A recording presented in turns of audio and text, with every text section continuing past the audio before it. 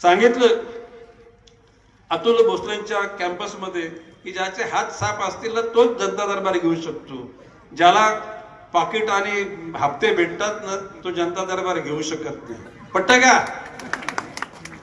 आणि म्हणून आता नवी मुंबईत तर 12 तारखेला जनता दरबार आहे. आमच्या नवी मुंबईच्या प्रचाराच्या वेळेला इथला मालक मंत्री आला होता. कुठे काय मी पालकमंत्री बोलतो, मालक मंत्री काय बोलला होता, आमच्या नेत्याचं असं मी तुला परवानगी देतो, गणेश नाईकचा टांगा पलटी करून दाखव तुझ्यात हिंमत असेल तर. काय बोलून गेला. मी त्याला विचारलं मग राज्य शिवसेनेचं महापौर होणार, मग कोणा झाला महापौर? अरे अख्ख्या महाराष्ट्रामध्ये 29 महापालिकांच्या निवडणुका झाल्या, पण निवडणुका जिद्दीच्या आणि एकूण ताकदीच्या झाल्यात. नवी मुंबईत सगळे हरामाचे पैसे जनतेने ठोकरले, म्हणून नवी मुंबई जनतेला आम्ही आभार मानलेत. आणि मला माहिती आहे पाटणची जनता सुद्धा स्वाभिमानी आहे, अशा हरामाच्या पैशाला हात लावणार.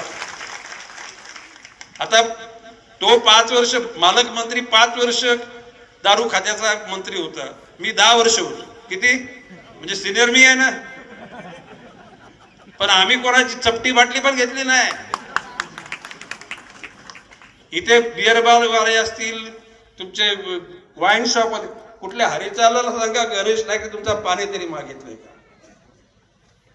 नाही. यांच्याविषयी काय लोक बोलतात ते पण जरा ऐकून घ्या जरा. नवी मुंबईच्या जनतेस सारखंच तुम्हाला आवाहन करेन, प्रामुख्याने डी.आर. पाटील, आता तिकडचे डी.आर. पाटील सगळे तुम्ही लोकांनी तिकडे आपले मतदार आहेत ना, यांच्यासाठी बस भरून घेऊन या, बस भरून घेऊन या.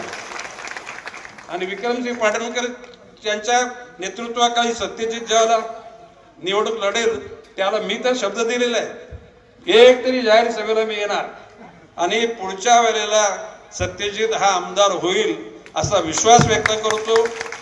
खरं म्हणजे आता पुन्हा एक